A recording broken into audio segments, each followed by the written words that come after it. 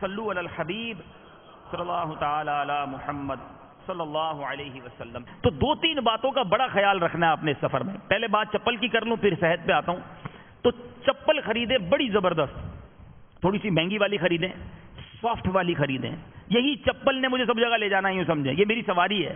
اور ایک چپل لے لیں اور اسی چپل میں جو پون گھنٹہ چلنے کی بات کی نا یہاں چلیں، دیکھیں یار کاٹتی تو نہیں ہے، زخم تو نہیں کر رہی، چھالا تو نہیں کر رہی. اب آپ کو لگتا ہے نہیں یار یہ مزیدار نہیں ہے، چینج کر لیں، کوئی بات نہیں، دوسری چینج کر لیں. اب جو چپل آپ کو مافق آ جائے نا کہ یار یہ چلنے میں بھی مزہ آ رہا ہے، سافٹ بھی ہے، تکلیف بھی نہیں دے رہی، اب ایسی دو اور خرید لیں، کیونکہ ایسی وہاں نہیں ملنی. آپ کو ایک چپل تو آپ نے خرید لی اور آپ نے کہیں اتاری اور کوئی لے گیا، اب کیا کرو گے؟ آپ نے تو رکھی تھی. اب کرنا پتہ کیا چاہیے، آپ 2 یا 3 چپل لے جائیں اچھی والی. ایک تو آپ نارمل استعمال کے لیے رکھیں، ایک چپل کو چھپا کر، چھپانے سے مراد تھیلی میں ڈال کر پیک کر کے اپنے بیگ میں ڈال دیں. یہ نکالنی آپ نے مینا والے دن ہے، یہ حج کے لیے الگ کر دیں، کیونکہ حج سے پہلے اگر چپل کھو گئی تو پھر اس طرح کی چپل نہیں ملنی، کیونکہ وہاں ملتی ہیں چپل، ایک تو مہنگی، دوسری ضروری نہیں کہ آپ کے پیروں کے مطابق ہو. تو بہرحال تو چپل کا اہتمام کیجئے، اس میں کنجوسی مت کرنا ورنہ ٹھیک ٹھاک پریشانی ہو سکتی ہے. دوسرا، اب آپ نے دیکھا ہوگا جس کی شادی ہوتی ہے وہ باقی تمام معاملات کے ساتھ ساتھ اپنی صحت کا بڑا خیال رکھتا ہے. لوگ کہتے ہیں دیکھو کم کھانا، کہیں شادی والے دن بیمار نہ پڑ جاؤ، جس دن شادی ہے اسی دن کہیں پیٹ پکڑ کے نہ بیٹھو. تو وہ جناب بڑا اپنے آپ کو بچا کے چلا رہا ہوتا ہے کہ یار شادی کے 4-5 دن جو ہے میں نے بڑا صحت مند رہنا ہے، بڑا حشاش بشاش رہنا ہے. سچ بتاؤ حج سے بڑھ کر بھی کوئی خوشی کا موقع ہے؟ مینا عرفات جانا ہے تو یہاں میں حاجیوں کو مشورہ دوں گا، ویسے تو سارا ہی سفر احتیاط کرنی ہے، مگر بالخصوص حج کے 5 دن جو ہیں اس کے آنے سے پہلے 8-10 دن پہلے سے بڑا ہوشیار ہو جائیں. اپنے صحت کا، اپنی طبیعت کا بہت زیادہ خیال رکھیں. اپنے پیر کے ناخن بھی کاٹتے رہیں. پیر کا ناخن بڑا ہوا اور لگی چوٹ اور وہ اکھڑ گیا، اب وہ اکھڑ گیا تو اب آپ سوچیں پھر پیر کیسے چلے گا. تو یہ وہ چیزیں ہیں جو خیال ہو کہ میں نے یہ حج کے دن بالکل فریش، بلکہ جب 7 ذو الحجہ آنے والی ہو نا اس سے 1-2 دن پہلے تو اچھا خاصا نیند بھی کرنی ہے، ریسٹ بھی اچھا کریں. پتہ چلا بڑی تھکن کے ساتھ میں مینا گیا، نہ عبادت کا دل لگ رہا ہے، نہ جناب نیند ہی آئی جا رہی ہے، تو پہلے مکے میں 1-2 دن سو لینا، آرام کر لیں، فریش ہو جائیں. طبیعت کا خیال رکھیں اپنی، تاکہ بالکل تازہ دم دستے کے ساتھ روتے ہوئے، گڑ گڑاتے ہوئے، لبیک پڑھتے ہوئے انشاءاللہ مینا عرفات میں عبادتیں کروں گا. تو یہ چند باتیں احرام اور چپل کے حوالے سے ہو گئیں. اب چلیں آگے چلتے ہیں. جہاز میں ماشاءاللہ امیر اہل سنت نے تو مدینہ کر دیا، ہمیں بہت ساری چیزیں عطا فرمائی ہیں، لیکن ایک ایسی خوبصورت دعا، بہت سارے لوگوں کو جہاز میں سفر کرتے ہوئے ڈر بھی لگتا ہے، اور واقعی جہاز سواری ایسی ہے کہ اول تو اس میں حادثے ہوتے نہیں، لیکن جب حادثہ ہوتا ہے تو پھر بندہ بچتا بھی نہیں. لیکن ایک بڑی پیاری دعا امیر اہل سنت نے رفیق الحرمین کتاب کے آخری صفحے پر، ہوائی جہاز کے گرنے اور جلنے سے امن میں رہنے کی دعا، یعنی یہ صرف حج کے لیے نہیں، جب بھی ہوائی جہاز میں سفر کرے یہ دعا پڑھ لے. ماشاءاللہ بڑی پیاری دعا ہے. میرے آقا علیہ الصلوۃ والسلام یہ دعا مانگا کرتے. یہ دعا طیارے کے لیے مخصوص نہیں، چونکہ اس دعا میں بلندی سے گرنے اور جلنے سے بھی پناہ مانگی گئی ہے، اور ہوائی سفر میں یہ دونوں خطرات موجود ہوتے ہیں. لہذا امید یہ ہے کہ اسے پڑھنے کی برکت سے ہوائی جہاز حادثے سے محفوظ رہے گا. اللہ کرے کہ ایئر لائن کے کچھ افسران سن رہے ہوں یا ایسے لوگ سن رہے ہیں جو ان سے بات کر سکتے ہوں، اگر یہی دعا حاجیوں کو یا سفر جب بھی ایروپلین ٹیک آف کرے ہوائی جہاز کے عملے کی طرف سے پورے جہاز کو پڑھ کر سنا دی جائے، جہاز کے مسافر بھی مل کر پڑھ لیں، اللہ نے چاہے اس دعا کی برکت ملے گی. یہ دعا یہ ہے: اللہم انی اعوذ بک من الہدم واعوذ بک من التردی واعوذ بک من الغرق والحرق والحرم واعوذ بک ان یتخبطنی الشیطان عند الموت واعوذ بک ان اموت فی سبیلک مدبرا واعوذ بک ان اموت لدیغا. اللہ تعالی ہمیں بھی سفر حرمین عطا فرمائے اور خیر و عافیت کے ساتھ جو حاجی اس سال جا رہے ہیں، سفر پر جا رہے ہیں، ان سب کے سفر کو خیر و عافیت کے ساتھ پورا فرمائے. بہرحال جہاز میں بیٹھیں، بات چل رہی ہے کہ احرام کی نیت کرنے کے بعد خوشبو سے بچنا ہے. تو پہلی بات نیت کہاں کرنی ہے؟ احرام پہنتے ہی کئی حاجی گھر میں نیت کر لیتے ہیں، ایسا نہ کریں.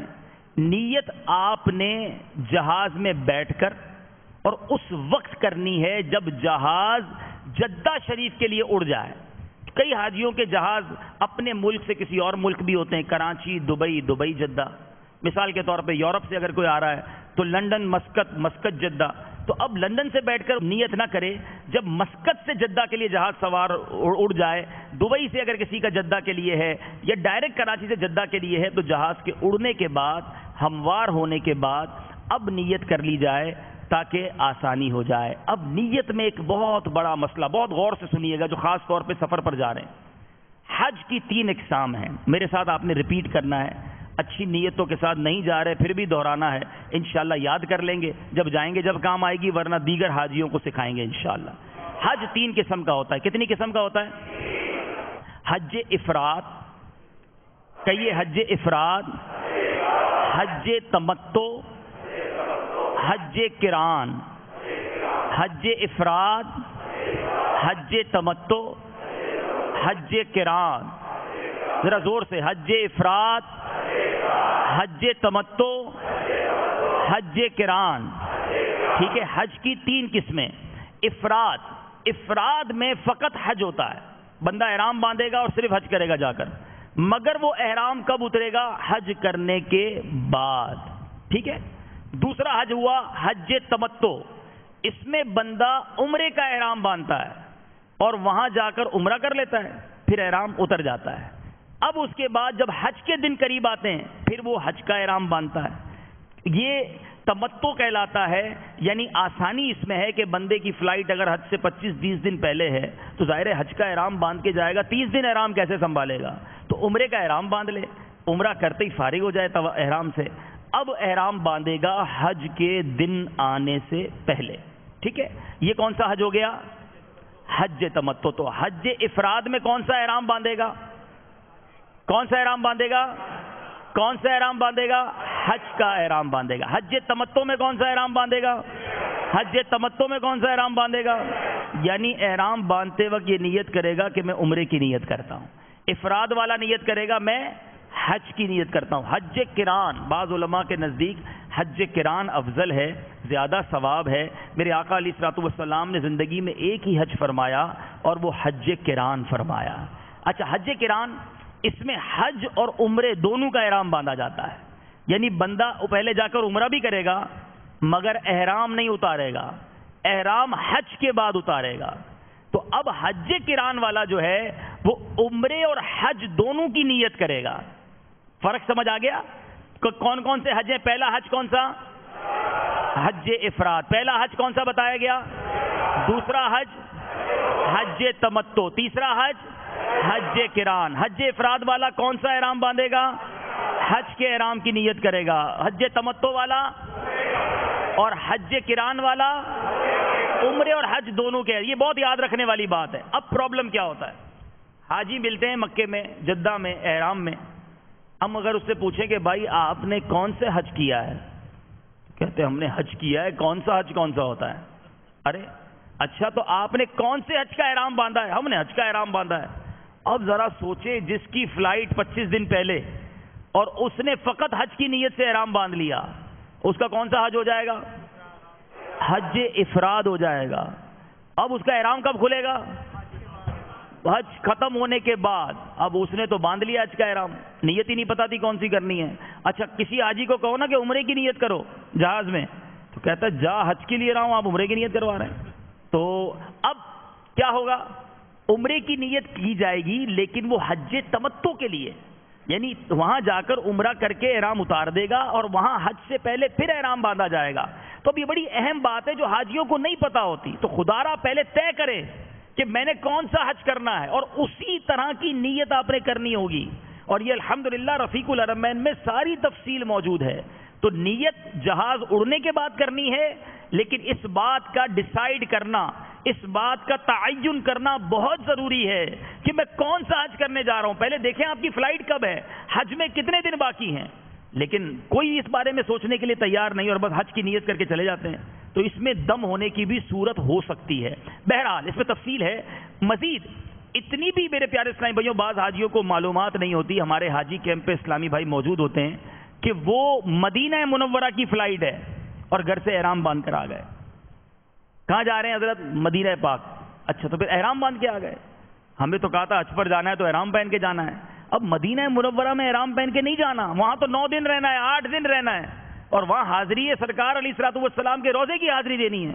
تو مدینہ منورہ میں احرام نہیں باندھنا, وہاں آپ اپنے نارمل کپڑوں میں جائیں گے, بلکہ وہاں جا کے تو انشاءاللہ نیا لباس پہنیں گے, نیا امامہ پہنیں گے انشاءاللہ, نئی انشاءاللہ چادر ہوگی, خوشبو بھی نئی ہوگی, مسواک بھی نئی ہوگی, انشاءاللہ ظاہر نیا کر کے آقا کے دربار میں جائیں گے, آقا نگاہ فرما کر اندر باطن بھی نیا فرما دیں گے.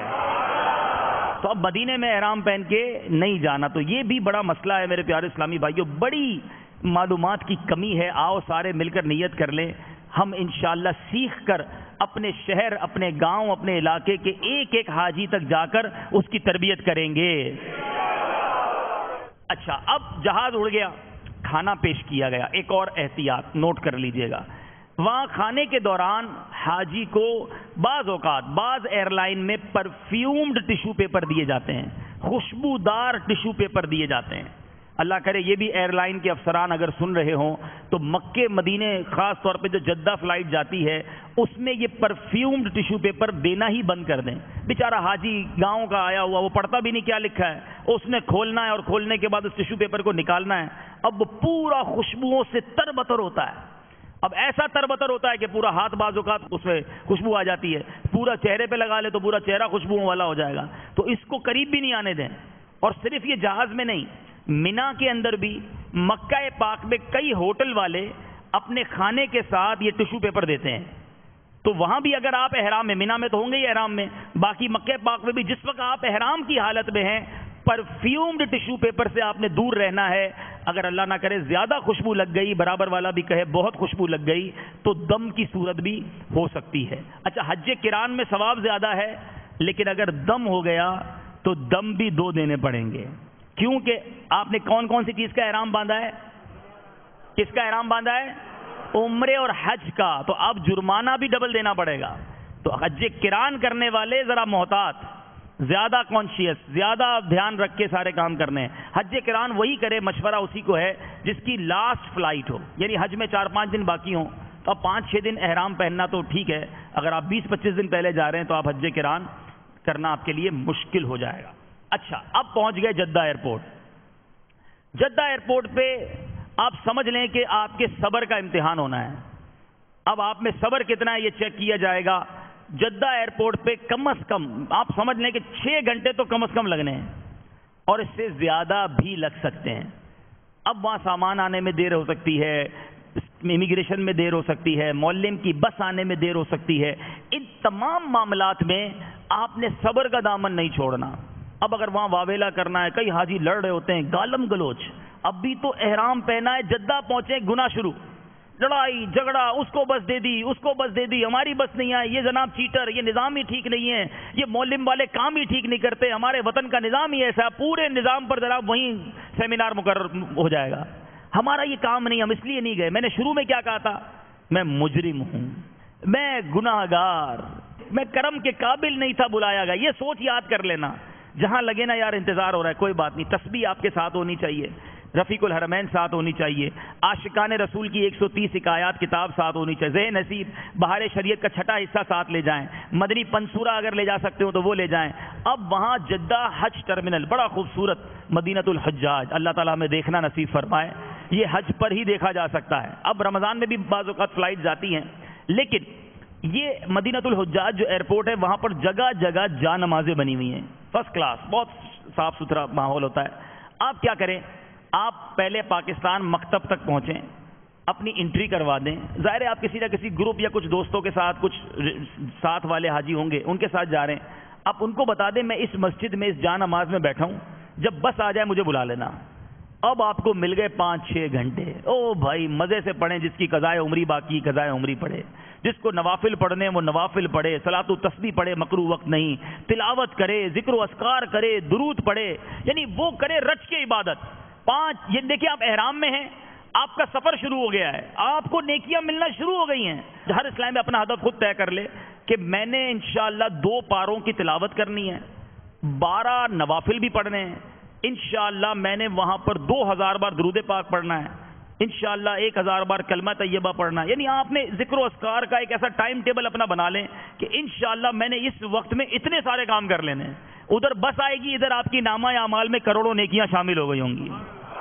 اور اگر آپ نے جناب جھگڑے کرنے ہیں، واویلا کرنا ہے، وہ سیاست پر بات، عجیب عجیب چوکھٹیں لگی ہوں گی نا، وہ عجیب عجیب چوپال لگے ہوئے ہوں گے. آپ دیکھیں گے احرام پہنا ہوا ہے، اب جناب عجیب و غریب باتیں ہو رہی ہیں. تو میرے بھائیوں اس لیے نہیں جا رہے ہم، پھر پتہ نہیں سفر ملے گا کہ نہیں. ایک ایک لمحے کو کیش کیجئے، ایک ایک لمحے کو وصول کیجئے. اب نیکیاں کمانے، مغفرت کروانے گئے ہیں تو جدہ ایئرپورٹ پہ بے صبری نہیں کروں گا. نیت تو کر لو بھائی، جب بھی جائیں گے انشاءاللہ انشاءاللہ بے صبری نہیں کریں گے، کسی سے الجھیں گے نہیں، انشاءاللہ صبر کے ساتھ عبادتیں کرتے رہیں گے. جدہ ایئرپورٹ کے بعد اب مکہ پاک پہنچے. اب بڑی اہم باتیں ذرا نوٹ کرتے جائیے گا. وہی بات، مکہ پاک پہنچنے کے بعد حاجیوں کو دیکھا، جیسے ہی معلم نے گھر دلایا اپنے کمرے میں پہنچے، سامان رکھا اور چلو عمرے کے لیے. ارے بھائی تھک کے چور ہو گئے ہو، اتنی جلدی کیا عمرہ کرنے کی؟ بس یار یہ احرام اتارنا ہے. احرام کا ٹینشن کیا غلطی کروائے گا؟ اب ذرا غور سے سنیے گا. اب ذرا کیلکولیٹ کریں کہ ہم مکہ پاک میں اپنے گھر کب پہنچیں گے. کراچی میں یا پنجاب سے جہاں سے بھی آپ چلے ہیں 4-5 گھنٹے پہلے آپ پہنچے ایئرپورٹ، ٹھیک ہے. فلائٹ ہوگی تقریباً 4 گھنٹے کی. کتنے ہو گئے گھنٹے؟ 9 گھنٹے. جدہ ایئرپورٹ پہ آپ نے کم از کم 6 گھنٹے گزارے. کتنے ہو گئے؟ 15 گھنٹے. اب مکہ شریف پہنچے تقریباً 2-2.5 گھنٹوں میں. کتنے گھنٹے ہو گئے؟ 17 گھنٹے. اب اس کے بعد معلم نے آپ کو آپ کے گھر تک پہنچایا 2 گھنٹوں میں. کتنے ہو گئے؟ تقریباً 19 گھنٹوں بعد آپ مکہ پاک اپنے گھر پہنچیں گے. جب آپ اپنے گھر سے چلے ہیں تھکن کا عالم کیا ہوگا، نیند کیسی ہوگی، بھوک بھی لگی ہوئی ہوگی، مگر کرنا کیا ہے؟ عمرہ. اب مجھے بتاؤ، وطن میں رو رہے تھے کہ جب کعبے پر جاؤں گا تو یہ تصور ہوگا چلا ہوں ایک مجرم کی طرح میں جانب کعبہ، روتے ہوئے جاؤں گا، مکے میں حاضری دوں گا، کعبے پر پہلی نظر پڑے گی تو یوں رو رو کر دعا کروں گا اور یوں جناب التجائیں کروں گا. ایک ایک چکر پر جناب میں خوب روتا ہوا چکر کروں گا طواف کے، نگاہیں جھکی ہوئی ہوں گی، آنسو بہ رہے ہوں گے. صفا اور مروہ پہ جاؤں گا تو بی بی ہاجرہ کی یاد بناؤں گا، صفا کی پہاڑی کو بھی نظروں سے چوموں گا. پتہ نہیں کیا کیا آپ نے پلان بنایا ہے. 19 گھنٹے کا جاگا ہوا بندہ کیا یہ سب کر سکے گا؟ اس طواف میں دیکھا حاجی بیچارے اونگرے ہوتے ہیں. کیوں؟ کیونکہ تھکن سے برا حال تھا. مجھے بتائیے، آپ مکہ پاک پہنچ گئے، ثواب کا میٹر جاری ہے. اب کون سی عمرے کے بعد آپ کی کوئی بزنس میٹنگ ہے جو آپ نے جلدی عمرہ کرنا ہے؟ تو میرا ناقص مشورہ پلیز یہ نوٹ کر لیں کہ آپ مکہ پاک پہنچ گئے، اب فرض نماز کا وقت ہے، نماز ادا کر لیجئے. بھوک لگی ہے، کھانا کھا لیجئے. تھکے ہوئے ہیں، سو جائیے، بالکل سو جائیے. کیونکہ اب آپ نے احرام میں سونا وطن میں سیکھ لیا تھا، یہ وہاں کام آئے گا. بالکل سکون سے سوئیں، 7, 8, 9 گھنٹے کی چاہیں تو نیند کر لیں اور بالکل فریش ہو کر. چاہیں تو آپ تازہ وضو کریں، بلکہ آپ غسل بھی کر سکتے ہیں. احرام میں صابن وغیرہ نہ لگائیں، آپ صرف پانی سے غسل کر لیں. اب آپ بالکل فریش ہو گئے. میل اتارنے کے لیے غسل نہیں کر سکتے، ویسے ہی آپ فریش ہو گئے. آپ نے وضو کی جگہ غسل کر لیا، شاور لے لیا.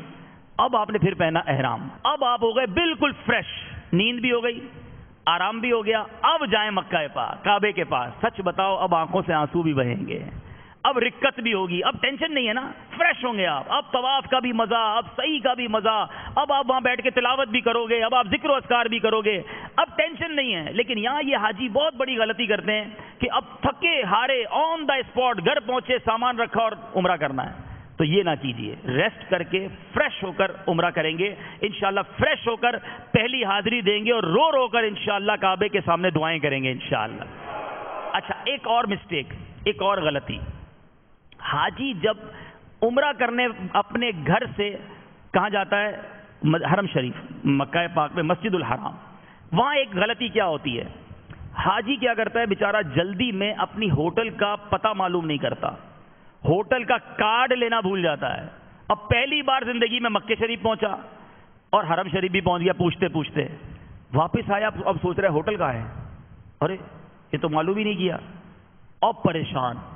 اچھا، ایک اور پرابلم یہ ہوتا ہے، حرم شریف جو ہے نا مکہ پاک کا، غور سے سنیے گا، فیضان مدینہ کے تو 2 ہی دروازے ہیں، ایک ہی دروازہ کھلا ہوتا ہے تو آپ کو پتا ہے. مکہ پاک ایک طرح سے گولائی میں ہے حرم شریف، اور اس کے چاروں طرف دروازے ہیں. اندر جانے کے بعد آپ ایک دروازے سے داخل ہوئے تو اسی دروازے سے باہر نکلیں گے تو آپ کو وہ گھر مل جانا ہے, وہ محلہ مل جانا ہے. حاجیوں کو کیا دیکھا کہ بیچارے حرم میں داخل ہوئے, طواف کیا, سعی کی, اور سعی کرنے کے بعد مروہ سے 7 چکر پورے ہوئے, وہیں سے باہر نکل گئے. اب وہاں جا کے پریشان کہ یار میں تو جب آیا تھا تو اتنی بڑی بلڈنگ تھی, یہ لال کلر کا میں نے دکان بھی یاد کی تھی, وہ بڑا سا کھمبا بھی تھا ہمارے ہوٹل کے پاس, یہ تو کچھ بھی نہیں ہے. ایک صاحب, مجھے ایک بار مکہ پاک میں ملاقات ہوئی, ایک حاجی, وہ زاروں کے تار رو رہے. اب جب معلوم کیا کسی اسلامی بھائی نے کیا معاملہ ہے, تو بتایا بھائی میں جہاں سے گیا تھا وہ جگہ ہی نہیں مل رہی مجھے, میں تو یہ نشانیاں ڈھونڈ کے گیا تھا, وہ چیزیں ہی ساری غائب ہو گئیں. ان کو بتایا وہ چیزیں غائب نہیں ہوئیں, آپ کسی اور دروازے سے حرم کے باہر آ گئے. تو آپ کو مکہ پاک میں بڑا اہم مسئلہ ہے یہ. 2 کام کیجئے گا, جب ہوٹل سے اپنے مکان سے حرم شریف کی طرف جائیں تو اپنے ہوٹل کا کارڈ لے لیں کہ بھائی اپنا کارڈ دو, اس پہ پتہ بھی لکھا ہوگا, فون نمبر بھی لکھا ہوگا. بعض ہوٹل والے اپنے کارڈ کے پیچھے نقشہ بھی دیتے ہیں, وہ بھی آپ کے پاس ہونا چاہیے. آپ کے معلم کا کارڈ بھی ہونا چاہیے. آپ وہاں سے موبائل فون کی سم بھی خرید لیں تاکہ آپ بھی فون کر کے کسی سے بات کر سکیں. اور حاجی جو اپنے ایک ہی قافلے والے یا ایک ہی کمرے والے ہیں, وہ ایک دوسرے کے نمبر بھی لے لیں کہ یار اپنا نمبر آپ دے دو, میرا نمبر آپ لے لو, تاکہ آگے پیچھے ہو جائیں تو ایک دوسرے سے فلاں جگہ پر ملاقات کر لیں گے. اور جب حرم شریف کے اندر جائیں تو یاد سے دروازے کا نمبر اور دروازے کا نام نوٹ کر لیں کہ میں کون سے دروازے سے جا رہا ہوں تو مجھے میرا گھر ملنا ہے. اگر آپ کسی اور دروازے سے باہر آئے تو دنیا ہی دوسری ہوگی, بلڈنگیں بھی دوسری ہوں گی, منظر بھی دوسرا ہوگا, اور حاجی اس وقت پریشان ہو جائے گا. تو یہ بہت ضروری ہے کہ آپ نے حرم پاک کے دروازے کا نمبر اور وہاں کا نام نوٹ کر لینا ہے. اچھا, اب اس کے بعد احرام میں کئی حاجیوں کو دیکھا, یہ دیکھیں حرم شریف کا دروازہ نظر آ رہا ہے اور اس پہ نام بھی لکھا ہوا ہے ماشاءاللہ. تو نام بھی رقم 1 اوپر لکھا ہے, نمبر 1.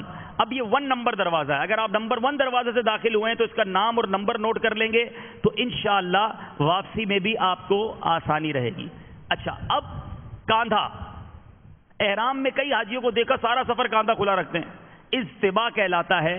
احرام میں کاندھا فقط طواف کی حالت میں استباء کرنا سنت ہے 7 چکر میں, اس کے علاوہ کاندھا کھلا نہیں رکھنا. پھر اچھا, اب یاد رہے کہ ویل چیئر والے حاجی, ان کے لیے مسجد الحرام شریف میں ایک اوپر خانہ کعبہ کے اوپر آپ نے دیکھا ہوگا نیا ایک مطاف, ایک مچان کہہ لیں بنائی گئی ہے, اور وہ ویل چیئر کے حاجی جو ہیں وہ اوپر سے ہی کریں گے. اب یہاں بھی وہ پرابلم ہوگی کہ اگر مثال کے طور پہ ویل چیئر والی کوئی حجن یا حاجی آپ کے ساتھ ہے, آپ اوپر نہیں جانا چاہتے, ان کو لے کر کوئی اوپر چلے گئے, آپ نیچے سے کر رہے, دونوں ملاقات کہاں کریں گے؟ گھنٹوں حاجیوں کے ایک دوسرے کو ڈھونڈنے میں صرف ہو جاتے ہیں.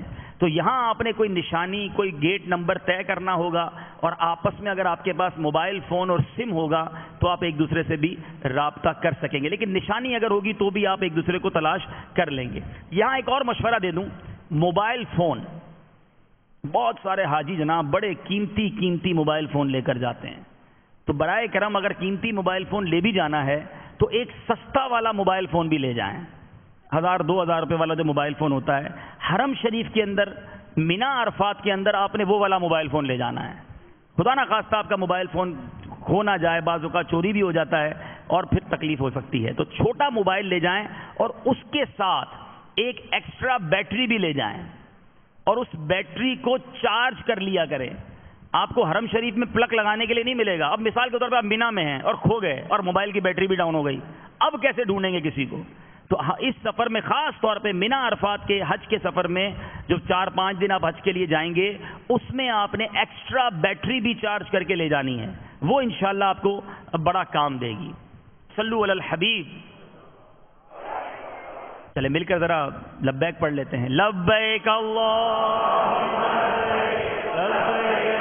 شريك لك لبيك إن الحمد والنعمة لك والملك لا شريك لك لبيك اللهم لبيك لبيك لا شريك لك لبيك إن الحمد والنعمة لك والملك لا شريك لك لبيك اللهم لبيك لبيك لا شريك لك لبيك إن الحمد والنعمة لك والملك لا شريك لك صلو علی الحبیب صلی اللہ تعالی علی محمد صلی اللہ علیہ وسلم. اچھا، وہاں پر صفا اور مروہ کے درمیان ایک حاجی غلطی کرتے ہیں.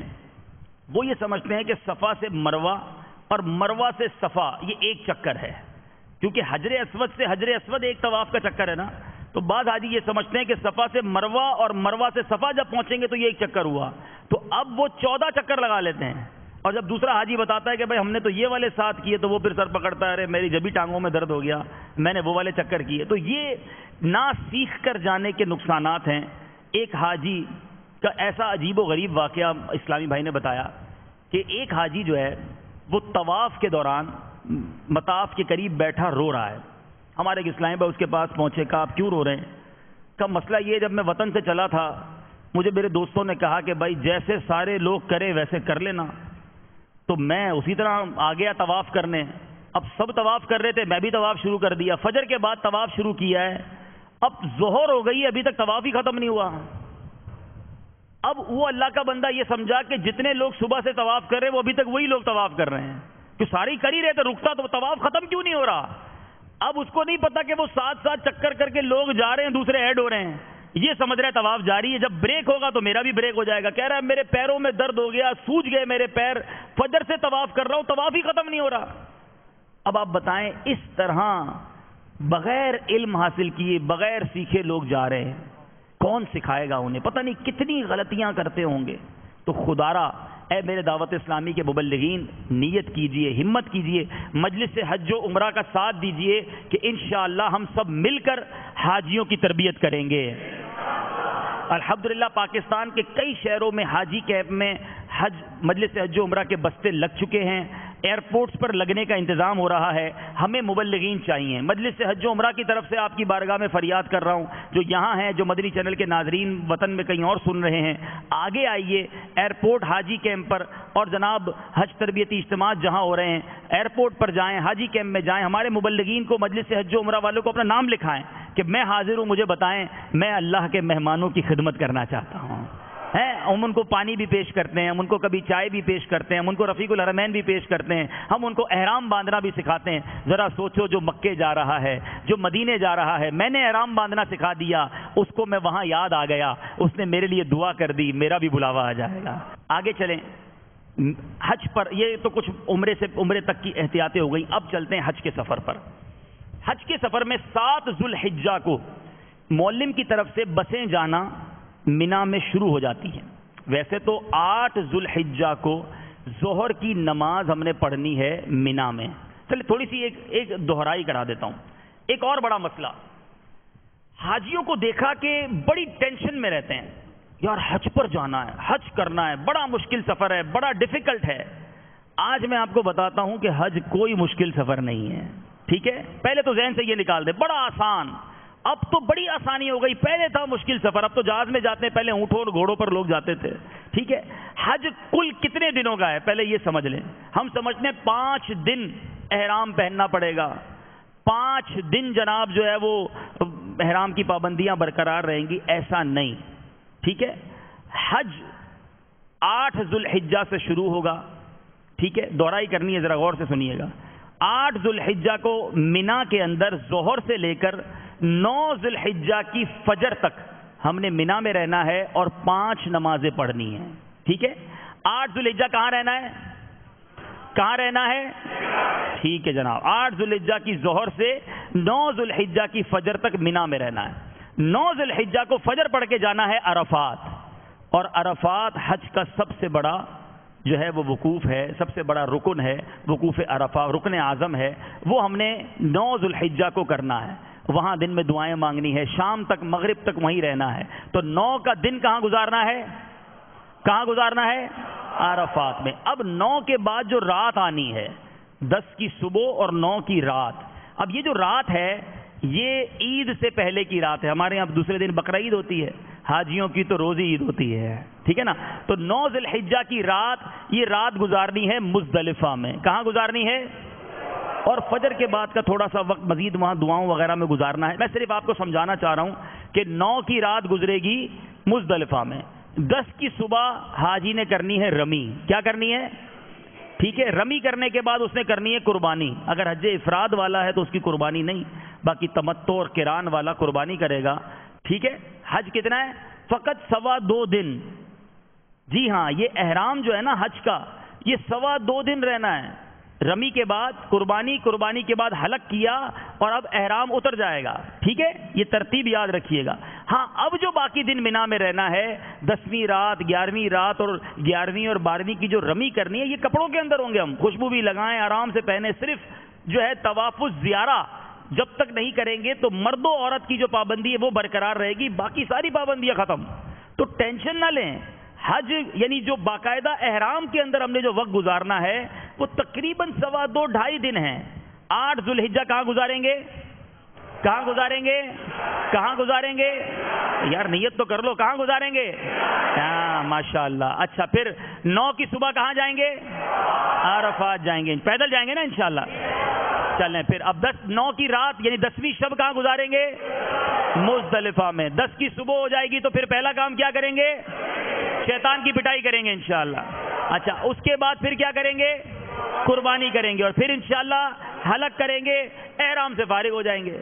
اب طواف الزیارہ کرنا باقی رہ جائے گا، لیکن احرام جو ہے وہ تقریباً 2.25 دن 2.5 دن میں قربانی کے بعد اتر جاتا ہے. تو حاجی بڑی ٹینشن میں رہتا ہے، پتہ نہیں اتنا کام مشکل ہوگی، اتنی پابندیاں ہوں گی.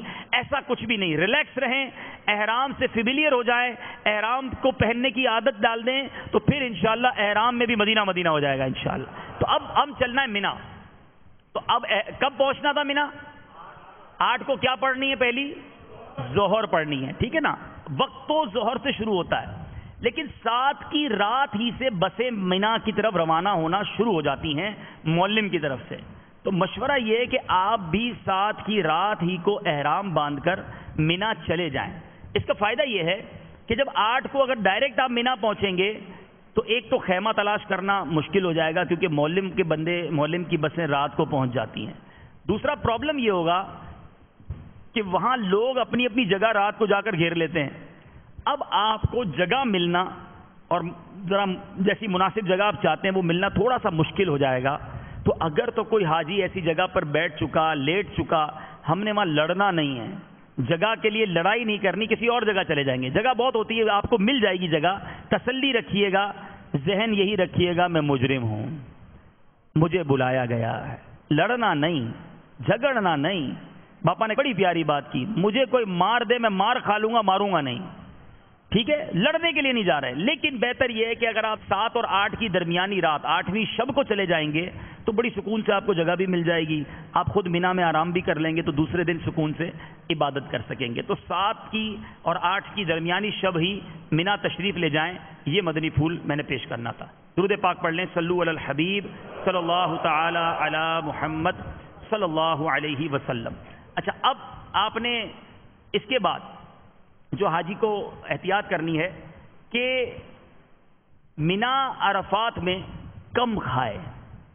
وہاں کینٹینیں لگی ہوئی ہوتی ہیں، بڑے بڑے ہوٹل ہوتے ہیں، لائنیں لگی ہوئی ہوتی ہیں، لوگ جناب طرح طرح کے فاسٹ فوڈ بھی کھا رہے ہوتے ہیں. جی ہاں، مینا کے اندر بھی فاسٹ فوڈ ملتا ہے، بڑی بڑی ڈرنکس ملیں گی آپ کو، جوسز ملیں گے. تو بہتر یہ ہے کہ مینا میں عرفات میں یہ 2.5-3 دن بہت احتیاط کریں. بڑی لمبی لمبی استنجا خانے پہ لائنیں ہوں گی، آپ کا پیٹ خراب ہو گیا یا آپ کو بار بار حاجت ہوئی تو بھی بڑا مشکل ہو جائے گا. تو تھوڑا کھائیں، کوئی بات نہیں، زندگی پڑی ہے کھانے کے لیے.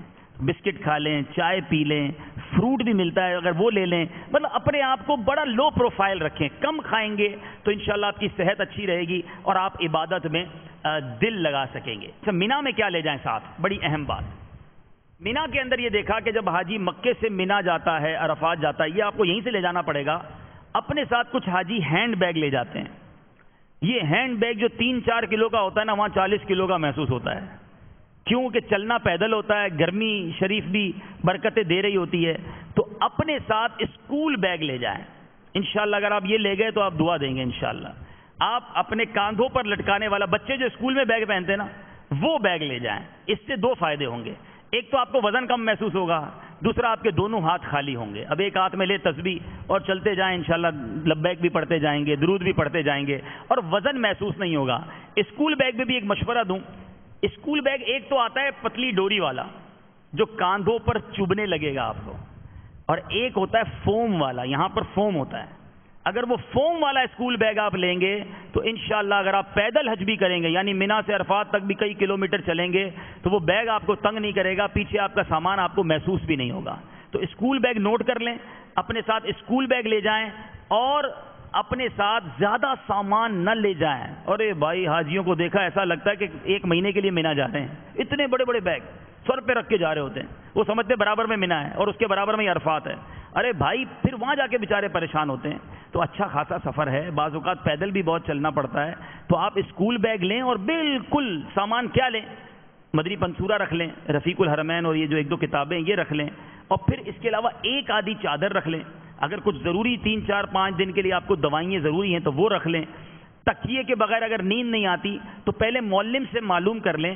الحمدللہ اب تو کئی کاروان اور معلم والے مینا عرفات میں بستر بھی اور تکیہ بھی دیتے ہیں، چادر بھی دیتے ہیں. اگر وہ انہوں نے دینا ہے تو یہ بھی نہ لے جائیں، اور اگر نہیں دینا پوچھ لیں تو پھر اپنے ساتھ لے جائیں. جتنا کم وزن ہوگا اتنا آسانی کے ساتھ آپ رہیں گے. نہ اپنا لیپ ٹاپ، نہ اپنا آئی پیڈ، نہ اپنا قیمتی موبائل لے کر جائیں. مینا عرفات میں سامان سنبھالنا آسان نہیں. آپ کو وہاں کوئی تالے والی کبڈ نہیں ملے گی، سب کا سامان ایک ہی خیمے میں پڑا ہوگا. آپ استنجا وضو کرنے جائیں گے، واپس آئیں گے تو سامان آگے پیچھے ہو سکتا ہے. ہاں چپل 2 لے کر جائیں گے، ایک پہن کر اور ایک ایکسٹرا. مینا عرفات میں چپل ڈھونڈنا بہت مشکل، تو چپل آپ نے ایک ایکسٹرا لے کر ضرور جانا ہے. چپل کے لیے ایک اور مشورہ بھی دوں، اپنی چپل اور اپنا بیگ آپ کوشش کریں تھوڑا سا ہٹ کے کلر لیں. یہ بھی ایک مشورہ ہے. مثال کے طور پہ ساری حاجیوں کے بیگ کالے رنگ کے ہوتے ہیں یا براؤن ہوتے ہیں، اس میں سے اپنا بیگ تلاش کرنا بڑا مشکل ہوتا ہے. میرا بیگ ہی پیلے رنگ کا ہے، وہ دور سے نظر آ جائے گا، اٹھا لیا. آپ کے چپل اب ماشاءاللہ ہمارے جو پیلے رنگ کے چپل ہے نا، جو فیضان مدینہ میں یا کئی جگہوں پر ملتے ہیں، وہ وہاں حاجی نہیں پہنتے. وہ پورے خیمے میں پیلے رنگ کا چپل دور سے نظر آ جاتا ہے، کوئی پہن کے بھی نہیں جاتا. اب سارے حاجیوں کے ایک جیسے چپل ہے، دوسرا پہن کے چلا جاتا ہے. آپ اس کو کہہ بھی کچھ نہیں سکتے، ہم ننگے پیر ہو گئے. تو آپ اپنے چپل اور اپنے بیگ کا کلر تھوڑا سا ہٹ کے کلر لے لیں، یا کوئی ایسی واضح نشانی ہو اس پر کہ آپ دور سے پہچان لیں. ایک اور مشورہ، اپنے پاسپورٹ جو ہے نا اس کا کور، یعنی پاسپورٹ کے اوپر یا تو کوئی اسٹیکر لگا لیں، یا مدنی چینل کے چلو اسٹیکر لگا لیں، یا کوئی ایسا اسٹیکر یا کوئی ایسا ریپ کر لیں اس پاسپورٹ کو کہ بعض اوقات معلم کی بس میں جب کھڑے ہوں گے نا تو وہ 50 پاسپورٹ لے کر آئے گا، اور وہ پاسپورٹ جب تقسیم کرے گا یا پاسپورٹ پہ حاضری لگائے گا تو 50 میں سے آپ کو اپنا پاسپورٹ فوراً نظر آ جائے گا، کہیں گے یہ میرا، یہ مجھے دے دو. تو بڑی آسانی کے ساتھ اپنا پاسپورٹ پہچان لیں گے، اپنا بیگ پہچان لیں گے، اپنا چپل پہچان لیں گے. تو یہ وہ مشورہ ہے انشاءاللہ، یہ وہاں جائیں گے تو انشاءاللہ آپ کو کام آئے گا. درود پاک پڑھ لیں، صلو علی الحبیب. جی اب اسکول بیگ بھی ہو گیا، سامان آپ نے کم لے کے جانا ہے. اب مینا سے عرفات کیسے جائیں گے؟ That is important question. Mina پہنچ گئے، مینا سے عرفات کب جائیں گے؟ بھول گئے ابھی سے؟ کب جائیں گے؟ 9 ذی الحجہ کو فجر کے بعد اشراق چاش کا جب وقت ہو جائے، سورج کوہ سبیرہ پر چمکے. سے پوری تفصیل ہے رفیق الحرمین میں، لیکن جانا 9 تاریخ کو صبح ہے. ٹھیک ہے، 8 کی رات سے ہی معلم کے جو افراد ہوں گے وہ آواز لگائیں گے عرفات چلو عرفات چلو. جلدی جلدی لے جائیں گے، بسیں بھی چلنا شروع ہو جائیں گی. اب تو وہاں پر ٹرین بھی چلنا شروع ہو گئی ہے، بڑی ریپڈ، بڑی صاف ستھری، بڑی سی اسپیڈ والی ٹرین ہے جو مینا سے عرفات، عرفات سے مزدلفہ لے کر جاتی ہے. مگر اب یہاں جو میں کہنے جا رہا ہوں بہت غور سے سنیے گا. رات کو جانے میں آپ کی سنت فوت ہو جائے گی، کیونکہ آپ نے 5 نمازیں مینا میں پڑھنی ہیں. کون کون سی پڑھنی ہیں؟ 8 کی ظہر، عصر، مغرب، عشاء اور 9 کی فجر. ماشاءاللہ یاد کر رہے ہیں آپ لوگ، ماشاءاللہ. کون کون سی نمازیں پڑھنی ہیں؟ 8 کی، 9 کی فجر. ٹھیک ہے، اب وہ 8 کی عشاء کے بعد ہی لے جائیں گے تو 9 کی فجر والی سنت تو چلی جانی ہے. اب کیا کرنا ہے؟ اب اس کے 2 طریقے ہیں. ایک تو بسیں جو ہیں معلم کے افراد رات سے لے جائیں گے. اب آپ وہاں ماشاءاللہ حج میں ایک بڑا میں نے دیکھا ہے کہ آپس میں دوستی ہو جاتی ہے، سلام دعا ہو جاتی ہے، سفر ساتھ ہو رہا ہوتا ہے. تو خیمے کے لوگ آپس میں آپ اپنے ساتھ اسلامی بھائی کو تیار کر لیں کہ یار ہم نے سنت ادا کرنی ہے، ہم نے 9 کی فجر پڑھ کے چلنا ہے. تو اب اگر آپ نے بس میں جانا ہے، پیدل جانا ہے تو مسئلہ ہی کوئی نہیں. جب بھی جانا ہے جائیں بھائی، اس میں کوئی رکاوٹ نہیں ہے. پیدل جانے کی احتیاط میں بعد میں بتاؤں گا. بس میں جانا ہے اور نیا حاجی ہے، کوئی ساتھی نہیں ہے، پہلی بار آیا ہے، تو اس کو بس میں ہی جانا چاہیے. وہ پیدل جا کے عرفات میں اپنا خیمہ نہیں ڈھونڈ سکے گا، ٹھیک ہے نا، آسان نہیں ہے. اگر آپ کا پورا گروپ ہے، کوئی تجربے کار حاجی ہے جو ڈھونڈ بھی لے گا، نقشہ بھی ہے، تو پیدل جائیں. لیکن اگر بالکل پہلی بار اچ پر گئے اور کوئی ایسا ساتھی بھی ساتھ نہیں، تو معلم کی بس میں ہی جائیں. اب کیا کریں آپ؟ 15 20 25 حاجیوں کو مینا میں تیار کر لو کہ یار آپ سب رک جاؤ، ہم معلم سے بات کرتے ہیں، ہمیں آپ 9 کی صبح جو ہے نا وہ لے جانا. تو اب معلم کی یہ ذمہ داری ہے کہ وہ ایک ایک حاجی کو عرفات پہنچائے. اگر آپ رک جائیں گے تو وہ انشاءاللہ 9 کی فجر کے بعد بھی آپ کو بس لا کر دے گا اور آپ کو عرفات لے کر جائے گا، آپ کی سنت ادا ہو جائے گی. دوسرا طریقہ، اب حاجیوں کے لیے ٹرین چلائی گئی ہے، اور اگر آپ کی خیمے کی ٹرین ہے، آپ کو پتہ چل جائے گا کہ بھائی آپ بس میں نہیں ٹرین میں جائیں گے، چلیں ٹرین میں جائیں گے. اب کیا کریں؟ اب معلم کے پاس ایک نقشہ ملتا ہے کہ عرفات میں ہمارا خیمہ کہاں ہے، وہ نقشہ پہلے لے لیں.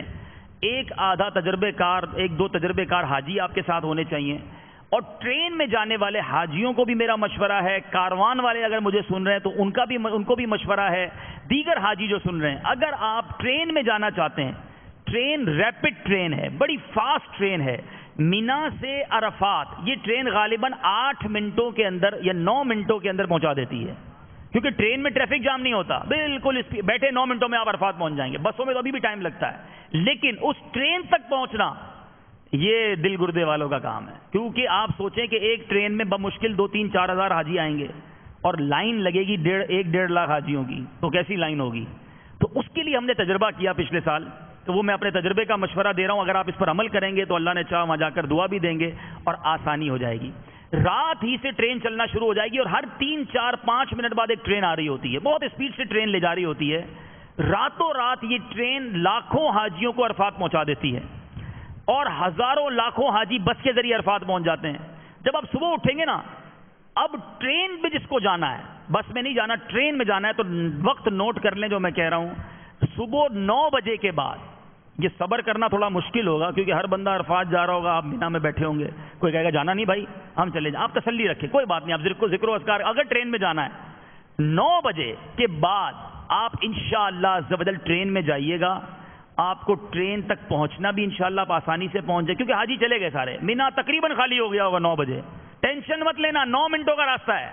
اگر آپ نے 1.5 گھنٹہ 2 گھنٹہ لائن میں کھڑا رہنا تو چلے جائیں، فجر کے بعد چلے جائیں آپ رات کو. لیکن جو میں عرض کرنے جا رہا ہوں، اگر آپ صبح 9 بجے کے بعد 10 بجے جائیں تو اور آسانی ہوگی، لیکن 10 تک صبر کرنا تھوڑا سا آپ کو مشکل ہو جائے گا. لیکن 9 بجے کے بعد بھی اگر آپ وہاں ٹرین پہ جائیں گے، آپ کو ایک باقاعدہ وہ ٹرین کی ٹکٹ کے طور پر ایک بیلٹ دیا گیا ہوگا، وہ بیلٹ دکھائیں گے، آپ ٹرین میں بیٹھیں گے، اگلے 9-10 منٹوں کے بعد آپ عرفات میں داخل ہو جائیں گے. عرفات کا جو حج کا وقت جو ہے نا، وقوف عرفات کا وقت، یہ ظہر کا جب نماز کا وقت شروع ہوتا ہے، جب وقت شروع ہوتا ہے تو آپ 9 بجے بیٹھیں گے، 9:15 بجے پہنچ جائیں گے. تو وقت تو 12 بجے کے بعد تقریباً جو شروع ہوگا، ظہر کبریٰ کے بعد جو ظہر کا وقت شروع ہوگا، وہ حج کے وقوف کا وقت شروع ہوگا. تو بہرحال یہ ایک تجربے کی بات ہے، ورنہ آپ رات کو اگر اچھا اب پورا ہی آپ کا خیمہ خالی ہو رہا ہے، رات کوئی بھی نہیں رک رہا، تو اب آپ اکیلے نہ رکیں، آپ بھی چلے جائیں. سنت ضرور چلی جائے گی، لیکن آپ پھر اکیلے عرفات پہنچنا آپ کے لیے مشکل ہو جائے گا. یہ بتاتا چلوں کہ دعوت اسلامی کے اسلامی بھائی پیدل حج قافلے میں ہزاروں کی تعداد میں جاتے ہیں. مدنی چینل پر آپ نے وہ مناظر بھی دیکھے ہوں گے. اگر وہاں جا کے آپ اس قافلے کو تلاش کر لیں تو انشاءاللہ پیدل حج پہ بھی سفر کر لیں گے. اللہ نے چاہا وہاں دعائے عرفات میں بھی آپ سب کے ساتھ شامل ہو جائیں گے انشاءاللہ. صلو علی الحبیب.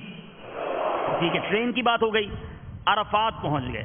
میں حج کا طریقہ بیان نہیں کر رہا، میں صرف آپ کو مفید مشورے دے رہا ہوں. عرفات میں ہاں، اب عرفات پہنچ کے حاجی کیا کرتا ہے جو مسٹیک، اب پہلی بار عرفات گئے، اب دوستوں نے کہا یار مسجد نمرہ تو دیکھیں گے نا، ہیں جبل رحمت بھی دیکھیں گے. 4-5 حاجی نکلے خیمے سے، چلو مسجد نمرہ دیکھنے چلتے، دیدار کرنے، اور جبل رحمت دیکھنے چلتے ہیں. اب جب وہاں گئے تو واپسی میں خیمہ ہی بھول گئے، کیونکہ راستے وہاں ایک سارے خیمے ایک جیسے ہوتے ہیں. اب وہ حاجی کا پورا عرفات کا دن دعا مانگنے کی بجائے خیمہ تلاش کرنے میں گزر رہا ہے. دھوپ کے اندر وہ چل رہا ہے بیچارہ، اب نہ اسے خیمہ مل رہا ہے، نہ جناب وہ بیچارہ کہیں ریسٹ کر پا رہا ہے، نہ کھا پی رہا ہے. تو بہرحال آپ نے کیا کرنا ہے، اپنے خیمے ہی میں رہیں.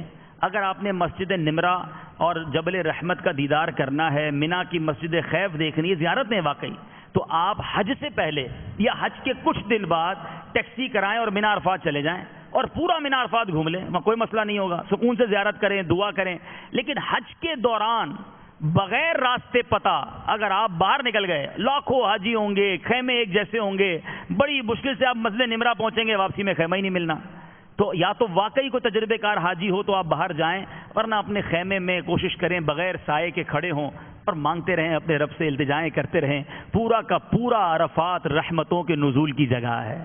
یوم عرفہ اللہ کی بارگاہ میں بڑا مقبول دن، مغفرت کا دن، گناہ معاف کروانے کا وعدہ ہے. تو اس دن فقط عبادت میں، روتے میں، دعاؤں میں، ذکر و اذکار میں آپ نے گزارنا ہے. اب اس کے بعد آپ نے عرفات سے کب نکلنا ہے، یہ بھی بڑا مسئلہ ہے. مسئلہ یہ ہے کہ وہاں مولم کے افراد ہر جگہ آپ دیکھیں کہ تھوڑی پہلے ہی لوگ نکلنا شروع ہو جاتے ہیں. یہاں اب کیا مسئلہ ہوتا ہے، عصر کی بعد، عصر کی نماز کا ٹائم ہوا اور آواز لگانا شروع، چلیں چلیں مزدلفہ چلیں، بسیں بھرنا شروع ہو جائیں گی. شرعی مسئلہ سن لیں، جب تک غروب آفتاب نہیں ہو جاتا، یعنی مغرب کا وقت شروع نہیں ہو جاتا، عرفات سے باہر نہیں نکل سکتے. جو نکل جائے گا اس پر دم ہو جائے گا. ٹھیک ہے، تو عرفات سے باہر نہیں نکلنا. آپ نے چاہے کتنے وہ شور مچا، یہی تو وقت ہے دعا کرنے کا، ارے بھائی خوب گڑ گڑا کر دعا کریں. لیکن یہاں مغرب نہیں پڑھنی. غروب آفتاب ہو جائے گا مگر مغرب ہم نے مزدلفہ جا کر پڑھنی ہے. وہاں چاہے عشاء کا وقت شروع ہو جائے، بلکہ عشاء کے وقت میں جا کر مغرب اور عشاء پڑھنی ہے. مغرب ہم نے عرفات میں نہیں پڑھنی، لیکن غروب آفتاب سے پہلے عرفات سے نکلنا بھی نہیں ہے. اچھا، عرفات سے مزدلفہ اگر آپ پیدل حج نہیں بھی کر رہے نا، تو میرا ایک ناقص مشورہ ہے کہ آپ عرفات سے جو مزدلفہ کا راستہ ہے وہ پیدل ہی طے کریں. اس کی دو وجہ ہے. ایک تو ہم نے دیکھا کہ عرفات سے مزدلفہ جو بس میں بیٹھتے ہیں وہ حاجی بعض اوقات 8 گھنٹے بس میں بیٹھتے ہیں. اتنی بسیں جام ہوتی ہیں کیونکہ ہر بس نے اس طرح ادھر ہی جانا ہے. دوسرا پرابلم یہ ہوتا ہے کہ اب حاجی کو استنجا کرنا ہے، نماز پڑھنی. کئی حاجیوں کے بارے میں پتا چلا کہ ساری رات ہی بس میں گزر گئی، اب مزدلفہ پہنچ ہی نہیں سکے اور مغرب اور عشاء بھی قضا ہو گئی، اترتے بھی نہیں ہیں. تو میرا ناقص مشورہ یہ ہے کہ آپ نے اگر ہمت ہے، کوئی معذور وغیرہ ساتھ نہیں، تو رات کا وقت ہوگا، ٹھنڈی ٹھنڈی ہوا بھی چل رہی ہوگی، تو درود پاک پڑھتے ہوئے، لبیک پڑھتے ہوئے سفر کٹ جاتا ہے. تقریباً میرے اندازے کے مطابق ایگزیکٹلی میرے سامنے نہیں ہے، غالباً 8-10 کلومیٹر، 8 کلومیٹر غالباً ہوگا عرفات سے مزدلفہ. تو یہ پتہ بھی نہیں چلے گا آپ کو. رات کو لاکھوں حاجی جا رہے ہوں گے درود پڑھتے ہوئے، ٹھنڈی ٹھنڈی ہوا چل رہی ہوگی. اب پیدل آئیے. اچھا، اب مزدلفہ میں داخل نہ بھی ہو سکے اور مغرب اور عشاء کا وقت ختم ہو رہا ہے تو مغرب اور عشاء مزدلفہ کے باہر بھی پڑھ لیں. کچھ حاجی یہ سمجھتے ہیں کہ نہیں جناب مغرب اور عشاء مزدلفہ میں ہی پڑھنی ہے، اب وہاں نہیں پہنچیں گے تو نماز ہی نہیں ہوگی. ایسا نہیں، نماز قضا نہ کریں، بلکہ جو مزدلفہ کا واجب وقوف ہے، جو ضروری وقوف ہے، وہ فجر کی نماز کا وقت شروع ہونے کے بعد ہے. یعنی اگر آپ رات کو پہنچ بھی نہ سکے تو اب فجر کا وقت جب شروع ہو، جب بھی مزدلفہ میں داخل ہو گئے تو آپ کا وقوف ہو جائے گا. بہرحال اب مزدلفہ سے کب چلنا ہے؟ شیطان کی پٹائی کرنے کے لیے، رمی کرنے کے لیے. یہاں بھی ایک مشورہ لے لیجئے. اب ساری رات ہو گئی، فجر سے پہلے ہی حاجی چل پڑیں گے مینا کے لیے. آپ کو لگے گا یار یہ 4 بجے اذانیں دے رہے ہیں. دعوت اسلامی کا اللہ بھلا کرے کہ اب تو حج کے دنوں کے نماز کے ٹائم ٹیبل یہ بھی مکتبۃ المدینہ میں عطا فرماتا ہے. دعوت اسلامی کی ویب سائٹ سے آپ ڈاؤن لوڈ بھی کر سکتے ہیں.